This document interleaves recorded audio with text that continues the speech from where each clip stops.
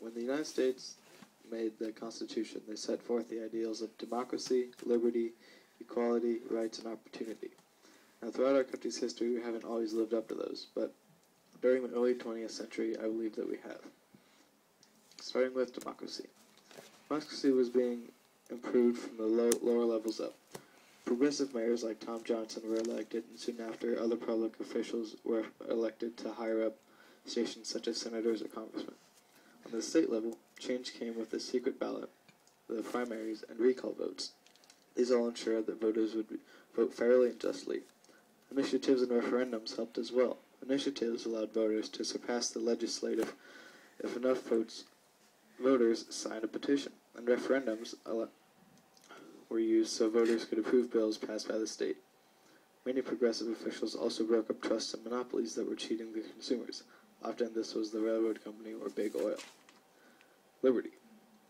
With the Zimmermann Note, a note from German foreign minister to the German minister in Mexico, came to attention of the U.S. government, they felt that their liberty was threatened. You see, this particular note proposed that Mexico and Germany team up to reclaim lost Mexican land in New Mexico, Texas, and Arizona.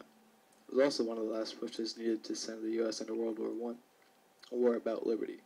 Other pushes came when German U-boats would sink the United States trading ships, killing American citizens. This could not stand. Equality.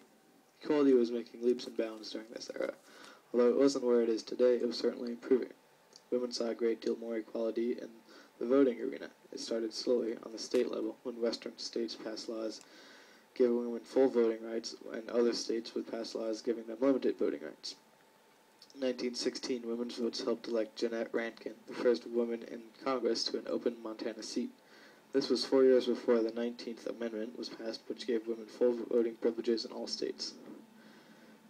In the North, African Americans had more equality as well. Colleges such as Boston University accepted talented whites and blacks. Also, they didn't need to be afraid of voting anymore. In cities like Harlem, voting was a given for African Americans. Rights. Rights were also receiving a boost during the early 20th century. Teddy Roosevelt's Square Deal protected workers' rights and consumer rights while limiting big business's power. He also passed the Pure Food and Drug Act of 1906. This made sure that the products consumers bought would be safe for consumption and use. Workers were also helped with the establishment of an 8-hour workday and minimum wage. Unions worked hard for these rights and more. Women's rights were also increasing with the integration into the workforce during World War I. Opportunity.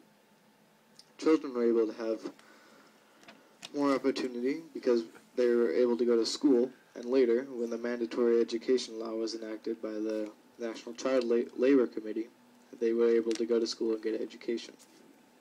The auto industry also gave 1 in 8 Americans a job in its ranks, which allowed for more jobs, more opportunity.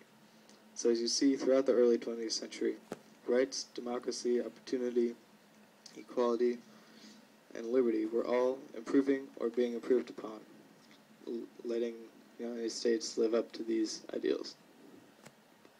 I'm Luke Taylor.